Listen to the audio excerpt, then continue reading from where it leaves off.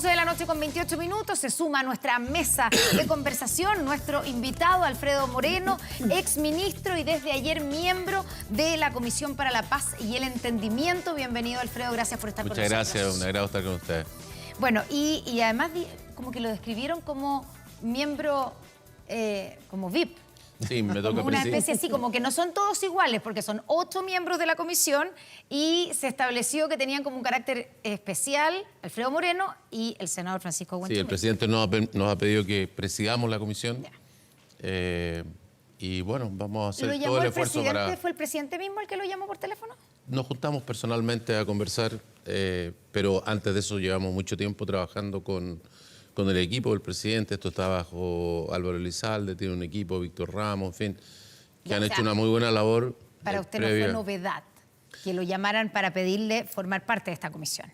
No fue novedad porque hace mucho tiempo que bueno, digamos mucho tiempo, semanas anteriores, pero a mí me parecía que tenían que cumplirse ciertas condiciones para que esto tuviera una viabilidad y no, digamos, hubo un trabajo previo que hubo que hacer para que eso se pudiera conseguir, ¿no? ¿Y cuáles son esas condiciones que usted puso para que esto tuviera básicamente viabilidad? Básicamente lo que vimos ayer, que quizás, no sé si hay una parte que se entendió y otra parte que a lo mejor no se ha percibido. La parte que se entendió es que es muy impresionante ver 19 presidentes de partidos políticos, todos juntos, no solamente presentes en la reunión, sino que firmando el documento que establece qué es la comisión, qué tiene que hacer, cuáles son los plazos, cuáles son los bordes. Y lo segundo, el contenido propiamente tal de ese documento, que curiosamente tampoco ha sido muy mirado, que establece qué es lo que hay que hacer, ¿no? Y qué es lo que no hay que hacer. En primer lugar, establece que el problema es la seguridad, del control de la violencia, el problema del desarrollo económico de esas regiones, que es donde están las personas más pobres de Chile, particularmente en las zonas rurales, pertenece al Ejecutivo, en algunos casos ayudado por el Congreso, que tiene que pasar leyes, pertenece a las policías, a los fiscales, no pertenece a la Comisión. La Comisión lo que va a analizar es lo que hemos hecho en materia del pueblo mapuche particularmente y los pueblos indígenas en general, y de poder ver en qué nos hemos equivocado, porque es evidente que nos hemos equivocado. Muchos países pasaron por de ser una colonia, después de formar los Estados-nación, y lo raro, aunque parezca raro decirlo aquí en Chile, que ya nos acostumbramos a que esta violencia solo crece, lo raro es lo que vemos en Chile, ¿no? En los otros países tuvieron los mismos problemas, los enfrentaron y los resolvimos. Y creo que nosotros podemos seguir ese mismo camino, ese es el espíritu de esto. Y luego lo que señala ese documento son algunas cosas que son inéditas en este proceso, ¿no? En primer lugar, que dice, lo que tenemos que mirar es cómo cambiamos las cosas. Normalmente aquí tenemos una ley indígena del año 93, tenemos una institucionalidad, y siempre el trabajo ha sido hoy cómo podemos hacer más dentro de lo mismo. Y ahora estamos diciendo, oiga, veamos cómo podemos cambiar esto. Miremos, expresamente pide que miremos las experiencias internacionales, qué podemos cambiar, qué podemos aprender, y propongan ustedes entonces de qué otra manera podemos hacer esto. Y en tercer lugar, por primera vez se considera a las víctimas. Yo creo que también tiene que ser considerada, porque si vamos a resolver a las víctimas, llamemos el pueblo mapuche, que lo ha pasado muy mal, no digo solo hace 140 años, sino que también ha sufrido fuerte discriminación, pobreza y muchas promesas incumplidas, pero también hay personas hoy día que han perdido sus bienes, han perdido a sus familiares, que no pueden dormir en la noche, pero no saben si van a ser víctimas, digamos, de una cosa violenta. Y esto mapuches y no mapuches, porque tenemos muchas víctimas mapuches también, particularmente últimamente. Así que también es trabajo de la comisión buscar de qué manera se pueden reparar también a esas personas. Les voy a dar al tiro la palabra, están los dos así, es cierto, porque quieren preguntar. Pero quiero preguntarle una última cosa para que me quede bien claro. De esas características, de esas condiciones que usted pidió para que esto fuera viable, entiendo perfecto las del contenido, pero usted dijo el carácter transversal de alguna manera de la comisión, ¿cierto? ¿Usted puso como condición que se incluyera a los republicanos en la comisión? Bueno, cuando decimos republicanos incluye a todos. Y debo decir que sí, pero le pregunto si específicamente usted pidió que estuviera representado el Partido Republicano. Pero por supuesto, y no solamente los republicanos, también todos los otros. Y además, esto tampoco es que solamente yo lo haya, digamos, como quien dice, exigido, sino que esta opinión pareció algo, digamos, totalmente razonable para los ministros, para el gobierno, de manera tal de... De 8 miembros hay 2 republicanos.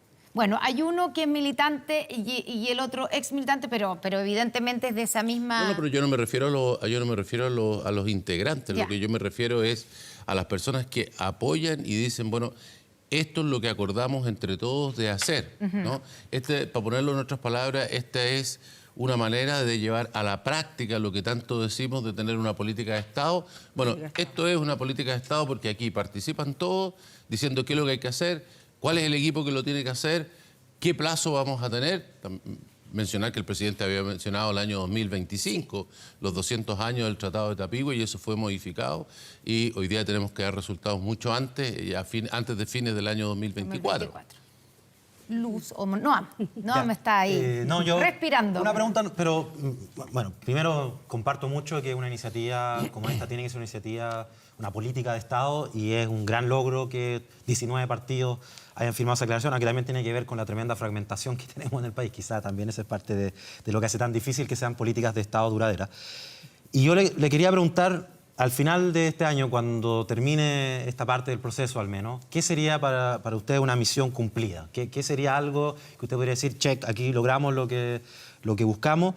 Y en los 3 planos, ¿no? En seguridad, en tierra, pero también en desarrollo económico, que muchas veces como que se omite del debate, pero me encantaría saber qué le parece a usted que sería una misión cumplida en esas 3 patas. Bueno, debo decir que algunas de esas cosas, como mencioné, no son parte de lo que la comisión, digamos, tiene que hacerse cargo, pero el acuerdo transversal establece exactamente cuál es el producto que hay que producir, y lo que hay que producir es una propuesta para el presidente y el Congreso de cómo cambiamos la institucionalidad, la ley, la forma en que operamos. Es una propuesta que no solamente es un tema de decir, mire, yo haría la ley de tal manera, tiene que haber sido dialogada con las comunidades, con el resto de las personas que viven en estas regiones, de manera tal de que sea también algo que sea plausible. Hay que haber estimado además de qué estamos hablando en materia de tierras, ¿no es cierto?, y de reparaciones, porque esto es otra novedad. También el documento establece que se abre a otro tipo de reparaciones, cosa que nunca se ha hecho en Chile, pero que es de común y usual ocurrencia en estos temas en otros países. Distinto a la restitución de tierra, reparación que podría ser ¿qué? Del tipo económica de otros tipos, ¿no? Puede ser directamente económico, puede ser ayudas en las universidades, puede ser fondos para poder desarrollar la tierra que ya se tiene. Son, digamos, muchísimos. En otros países se ha trabajado también, por ejemplo, en el tema de los parques nacionales, de poder co-administrar algunos parques nacionales para aquellas comunidades que lo que les interesa es conservar la naturaleza en la cual viven. En fin, aquí hay... Mire, lo esencial de esto es tener presente que esto es algo que hay que discutirlo y conversarlo con las propias comunidades. Pero en la primera etapa, que es la que termina el próximo año, a fines del próximo año, es poder decir, bueno, estas son las herramientas que necesitamos para luego hacer una conversación, yo diría, comunidad a comunidad, pero puede ser grupos de comunidades a grupos de comunidades, y poder, digamos, de esa manera saldarlo. Pero no es tarea esa de la comisión. El presidente, el Congreso tendrá que decidir quién hace esa segunda parte. Pero la primera parte es decir, mire, este es un camino distinto del que hemos seguido, porque es evidente que el que hemos seguido hasta ahora no ha dado resultados, más bien ha dado malos resultados para el Estado, para las comunidades mapuche y también para quienes viven en las mismas regiones junto con ellos. Luz. Alfredo, usted fue ministro y le tocó ver de cerca esta realidad y tratar de avanzar, y yo creo que si el presidente lo llamó para ser parte importante y protagonista, presidir efectivamente esta comisión, es porque vio usted que lo que había hecho antes, y es reconocido eso tanto por quienes están en política, pero también no solamente por quienes gobiernan, sino por quienes están hoy día en la Araucanía, que fue capaz de acercarse a ese diálogo tan esperado para poder avanzar en estas materias que son tremendamente complejas porque llevan décadas y no cientos de años, digamos. Unos dirán 200, los mismos 200 años que no se ha logrado subsanar un poco estas diferencias que hay o este conflicto del cual se habla entre el Estado chileno y efectivamente los pueblos mapuches. ¿Qué ve de distinto en esta comisión? Porque a usted le tocó organizar estos diálogos, el avanzar en eso, pasaron otras cosas que hicieron Catrillanca especialmente, pero ¿qué ve distinto del estar hoy día sentado en esta mesa? Bueno, las cosas que he mencionado, en primer lugar, como digo, tener un apoyo transversal en los esfuerzos anteriores, no solamente el que me tocó dirigir a mí, sino que muchos otros anteriores, cada vez que había un problema se convertía en un problema político en el cual la oposición aprovechaba, ¿no es cierto?, de cobrarle cuentas y pasarle, digamos, cobrarle un montón de problemas al gobierno y en ese juego político se nos iba lo que es importante y que no nos ha permitido avanzar.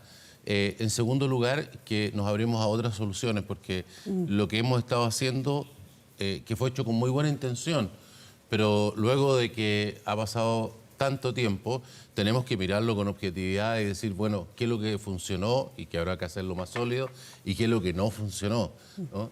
Y en tercer lugar, como mencionaba, también tenemos que incorporar a las víctimas que han estado completamente fuera de esto, y cuando ya las víctimas son muchas, ya no es un problema individual, bueno, entonces ya pasa a ser un problema también del país. No podemos seguir en esta situación en la cual el resto de los chilenos miramos y decimos qué terrible lo que pasa, pero esas personas no sienten que el resto de los chilenos les dan una mano también y le dicen, mire, no puedo arreglar lo que pasó, porque hay muchas cosas que uno no puede volver atrás, pero sí quisiera hacer un apoyo y que tú sientas que sí estamos con ustedes y sí queremos, digamos, por lo menos hacer alguna reparación que permita que tu vida pueda continuar adelante. Esto yo creo que son cambios importantes. Y finalmente, tú señalabas lo que se hizo anteriormente. El método de trabajo que establece este documento, que como digo fue apoyado por todos, es el diálogo. El diálogo a veces a algunas personas le puede parecer un poco raro, ¿no? En una cosa tan dura como la que se vive hoy y van a ir a dialogar. Pero hoy día el mayor problema que tenemos es la falta de confianza entre las distintas partes. La gente asume y supone cosas respecto de los mapuches suponen cosas respecto de otros, se asumen, digamos, cosas respecto de la política, y si uno no logra poder salvar esas cosas, ¿de qué manera puede uno llegar a un acuerdo cuando se supone lo peor de los otros, cuando se supone que uno tiene toda la verdad, cuando cree que entendió todo, que hay unos buenos y otros malos? Y no es así. Entonces, lo que tenemos que hacer es buscar situaciones que sean, no digo lo que las personas, ni lo que dicen, ni lo que piden, y ni siquiera lo que aspiran, sino que, digamos, poder hacer un diálogo que permita decir, bueno, esto es lo que usted necesita, esto es lo que usted cree que... Bueno, no podemos hacer eso, podemos hacer esta otra cosa, podemos llegar hasta aquí. De hecho, el acuerdo también, para volver al documento, establece que todo esto debe hacerse también compatibilizando con las posibilidades que tiene el Estado de Chile, que es otra manera de decir que es compatibilizando con los intereses y las posibilidades que tiene el resto de los chilenos, ¿no? Porque esa es la realidad y particularmente el resto de los chilenos que vive ahí. Alfredo, usted habla de confianza, que son confianzas que están obviamente rotas, Así ¿cierto? es. Y que hay que reconstruir a través del diálogo. Pero, ¿qué rol tiene en ese intentar diálogo y reconstruir confianza la violencia? Ayer se instaló la comisión y hubo un atentado en la Araucanía. Bueno, por lo tanto, ahí uno podría intuir que hay una advertencia de ciertos grupos que no quieren diálogo, sí, que no quieren que avance la comisión. Usted ha dicho, la comisión va a convivir con la violencia no se va a acabar porque tengamos esta comisión, evidentemente. Pero ¿cómo se trata la violencia? Porque el diálogo entonces tal vez tiene que ser incluyendo a los violentistas o no. A ver, lo primero, reiterar lo que tú acabas de decir, y esto no solamente que yo lo diga, creo que es un ejercicio del sentido común, pero adicionalmente a eso, todos los procesos en otros países del mundo, donde en muchos de ellos ha habido violencia muy similar a la de acá, los procesos de solución conviven durante un periodo, muchas veces un periodo largo, con la violencia, porque hay grupos que no se van a entregar solamente porque se diga esto, sino que también tiene que actuar la justicia, tiene que actuar la policía, tiene que actuar las leyes, el Estado de Derecho.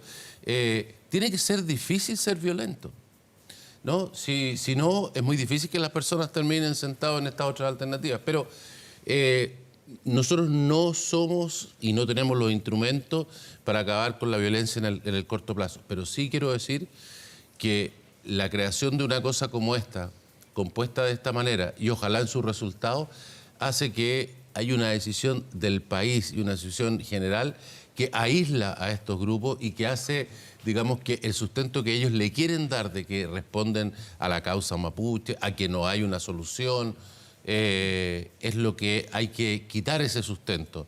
Luego de eso, cuando eso no existe, ya solamente existe, digamos, el interés de empresas, llamémosle delincuenciales, que están a veces asociados a estos grupos, el interés económico, personas que son terroristas y que quieren infundir solamente el miedo en las otras personas y de esa manera, digamos, ser más poderosos que otros. Entonces, hay muchos de estos grupos que ocupan esto de la causa y esto es muy importante que la gente vea que eso es falso y que hay un camino lógico, racional, generoso, que permite, digamos, resolver los problemas. Si bien la seguridad no es un tema de la comisión, queda súper claro, no tienen las herramientas, pero sí a quienes se integran en el diálogo. A los violentistas, ¿hay que dejarlos fuera del diálogo? Y estoy pensando, en algún momento se discutió si había que sentarse a negociar con la CAM, por ejemplo. Y la CAM ya anunció que no está de acuerdo con la comisión. Sí, y me alegro porque va perfilando lo que es la CAM. Yo creo que, ¿no es cierto?, se abre la puerta, se juntan todas las fuerzas políticas del país y dicen, mire, vamos a hacer esto. Y la primera reacción a los minutos es decir, mire, partió muerto. Entonces, bueno, es bueno que la gente vaya conociendo, pero en todo caso, quiero explicar este tema de las personas que están en la violencia, porque a veces la gente no entiende, ¿no? Y a veces cree que digamos, interpreta mal lo que las personas podamos, o otros que están en la comisión, u otros que puedan decir. A lo que aspira un proceso de paz y entendimiento es que ojalá estén todos, ¿no? Eso es normal, es natural. Ojalá todo el mundo fuera por este camino. Diálogo, buscar soluciones, busquémosle cosas que a lo mejor no pensamos antes, salgamos y miramos qué hicieron en otros lados, hagamos un esfuerzo económico para resolver este tema, perfecto. Pero el tema de las personas que están en la violencia, ni siquiera se requiere, en mi opinión, pensar en si van a participar o no. Si la violencia es la esencia de lo distinto de lo que estamos haciendo. ¿No? Las personas violentas son personas que creen que sus ideas son tan superiores al resto y que ellos son moralmente tan superiores e intelectualmente tan superiores que no requieren conversar con otros. Simplemente o piensan como ellos o hacen lo que a ellos les parece correcto, o los obligo por las armas, los amedrento y paso por encima de ellos. Ya, pero el diálogo es justo lo contrario. Necesita gente que está dispuesta a sentarse, a escuchar a otro y decir, bueno, ¿qué puedo aprender? ¿Qué puedo cambiar? ¿Qué cosa estoy equivocado? Ya, pero eso suena súper de sentido común, suena, ¿cierto? Eso, es de sentido común. Suena bien, digamos, tiene toda la lógica, pero así como usted dice que tenemos que también mirar cómo lo han hecho otros países, hay países que en procesos de reconciliación han pasado por poner en la mesa de negociación a los que promovían la violencia. Sí. Estoy pensando en Colombia. Sí. Por lo tanto, no es, digamos, sinónimo de que el ser violentista, mejor dejarlo fuera. Sí, pero mire, yo participé en el proceso con la FARC en Colombia, porque nosotros somos país acompañante, lo conozco de cerca, me tocó estar con las personas que estuvieron involucradas en esas negociaciones por ambos lados, pero la situación en Chile es completamente diferente de esa. Hoy día lo que tenemos son un territorio donde el control lo tiene el Estado, donde no tenemos ejércitos enemigos. Espero que nunca lleguemos a eso, ¿no? Lo que tenemos hoy día son grupos violentos. La policía estima que estamos hablando de 500 personas. No estoy diciendo que el número esté bien ni esté mal, pero esa es la estimación que más o menos se habla en los círculos de seguridad. Pero en todo caso es un número, no voy a decir pequeño, porque tampoco es pequeño, pero digo, dentro del contexto de esto es una cosa acotada, donde lo que tenemos es una discusión con otros chilenos, con chilenos que son iguales a nosotros, que por lo demás todos los elementos que tenemos muestran que piensan prácticamente lo mismo que el resto de los chilenos que viven en las mismas circunstancias, en el mismo lugar. Que lo que tenemos es una discusión de cómo nos podemos respetar mutuamente, cómo nos valoramos mutuamente. Debo decir que, en mi opinión, el documento y todo ya lo hemos tocado varias veces, pero a mí me parece que el objetivo de esto que estamos haciendo es mucho más alto y más profundo de lo que estamos hablando. Se habla de las tierras, se habla de los violentos, o sea, que son todas cosas muy importantes.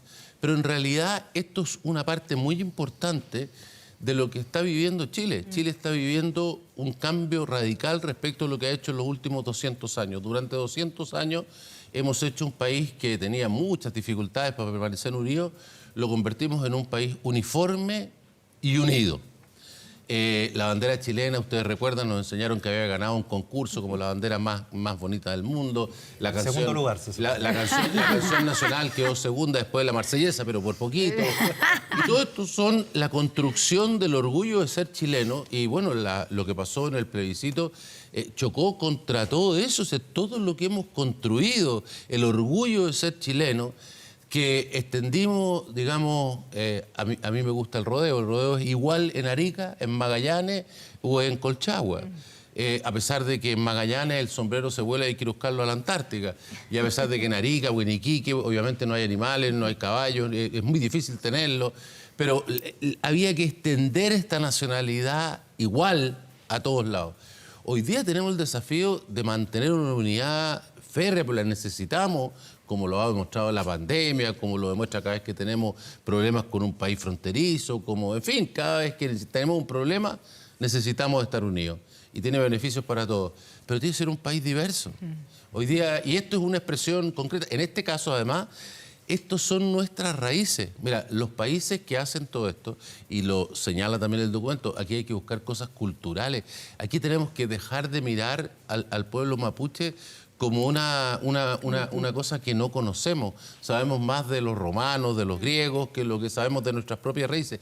Y en este caso, a diferencia de los lugares donde hay colonos anglosajones, que no se mezclaron, digamos, o se mezclaron muy recientemente, nosotros somos el producto de una mezcla que se produjo desde el día 1. Los españoles no trajeron mujeres más que una. Entonces, esta mezcla hace que todos los chilenos tengamos algo de mapuche. Nuestra cultura está construida en esta mezcla entre andaluces o españoles con los pueblos originarios y particularmente los mapuches. Entonces, ¿cómo podemos no vivir en una manera en la cual valoremos y estemos orgullosos de lo que somos y podamos pasar hacia adelante con todos los mapuches? Mira, yo estuve recién en Nueva Zelanda. Y la conclusión es que el lema de ellos hoy día, a pesar de que los maoríes, hay una sola etnia que son los maoríes, aquí tenemos varios, pero allá es una sola, pero representa como el 17% de la población. Y lo que ellos dicen es, somos orgullosamente maoríes. El 83% de esas personas ni siquiera tienen un origen sanguíneo, genético maorí, pero esas personas han asumido que han convivido durante centurias juntos y que construyeron ese país juntos. No. Yo le quería hacer una pregunta. Yo creo que el proceso constituyente anterior cometió varios errores, entre ellos efectivamente no haber valorado suficiente algunas identidades tradicionales, que yo creo que efectivamente es una de las explicaciones del por qué ganó el rechazo. Pero tenía una apuesta que me encantaría saber su opinión, que uno de los caminos para ir solucionando el conflicto en la Araucanía era promover la participación política de los pueblos indígenas y en particular el pueblo mapuche. Hay una realidad que están subrepresentados prácticamente en todos los niveles de representación. Y además es verdad que, por ejemplo, figuras como los alcaldes mapuches juegan un rol muy importante en varios de estos procesos de diálogo. Y le quería preguntar si usted está de acuerdo o en desacuerdo que uno de los desafíos también es aumentar el nivel de representación de personas que vienen desde el mundo mapuche y que eso incluso podría ayudar a mejorar lo que sea, ¿no?, la confianza. Así que a lo mejor hubiese más mapuche en el Congreso, habría más confianza desde el mundo mapuche hacia el Congreso. Sí, un pequeño preámbulo, pero que yo creo también que aquí lo que pasó en la convención y lo que pasó en el plebiscito ha tenido varios impactos sobre esto. En primer lugar, destruyó una imagen que a mi parecer es completamente falsa de lo que es el pueblo mapuche y de lo que quiere. Se construyeron muchas políticas y se construyeron muchas ideas con un pueblo idealizado que no corresponde a lo que ellos mismos quieren. De hecho, se hizo una cosa que fue hecho por personas que se suponían representantes, parecía una cosa la construcción del paraíso, ¿no es cierto?, de lo que esas personas aspiraban, y los lugares donde hay una mayor votación en contra son los propios mapuches, que no quieren eso. Lo mismo en la ley indígena, por ejemplo, los obliga a tener propiedad colectiva en el extremo más grande de lo que podamos pensar, que significa unanimidad para todas las decisiones. ¿Qué sería en una empresa, en una familia, en cualquier parte, si todo tuviera que ser por unanimidad, decenas de familias? Imagínense lo que pasa en la herencia cuando muere un padre, entre los hermanos. Eso les cuesta ponerse de acuerdo. Y son unos pocos y son hermanos. Imagínense lo que significa en una comunidad para decidir qué hacemos con un potrero, quién vive en una parte, quién vive en otra. Bueno, creo que eso se ha caído. Desgraciadamente, también se cayó una cosa que habíamos tenido un momento muy especial en Chile, en que la valoración de los pueblos indígenas creció enormemente, ¿no? Es curioso, pero los 30 años y el estallido, lo único que coinciden es en esta parte. En los 30 años hicieron crecer una gente joven que no discrimina, que ve, digamos, a las personas, hombres, mujeres, de distintos géneros, de distinta etnia, como iguales. Jamás se les ocurre que las personas, digamos, tengan diferencias, cosa que no era así en las generaciones anteriores. Entonces, eso hizo que ellos están fuera de estos prejuicios, y muy bien, porque nos ayudan a construir este nuevo Chile. Y en el estallido, respecto de este tema, se produjo una revalorización impresionante.